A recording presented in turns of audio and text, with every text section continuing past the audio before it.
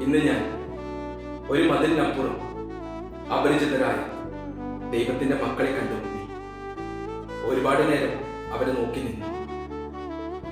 അവരുടെ ശ്രദ്ധ വിദ്യാലയങ്ങളിലേക്ക് പോകുന്ന, അമ്മയുടെ കൈപിടിച്ചു പോകുന്ന കുഞ്ഞു മക്കളിലായിരുന്നു.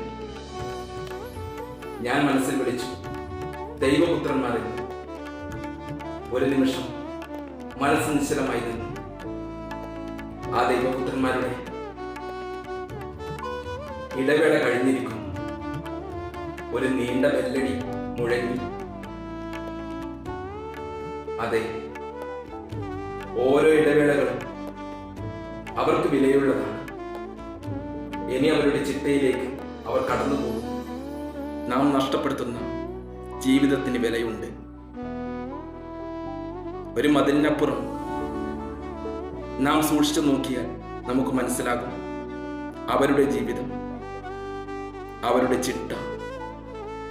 ഇതൊക്കെ തിരിച്ചറിയണം. വിലയുള്ള ജീവിതം നഷ്ടപ്പെടുത്തുന്നവർ ചിന്തിക്കണം. പുഞ്ചിരിയുടെയും പ്രതീക്ഷയുടെയും പ്രകാശം വിതറുന്ന പുതുവത്സരാശംസകൾ ഏവർക്കും നേരുന്നു.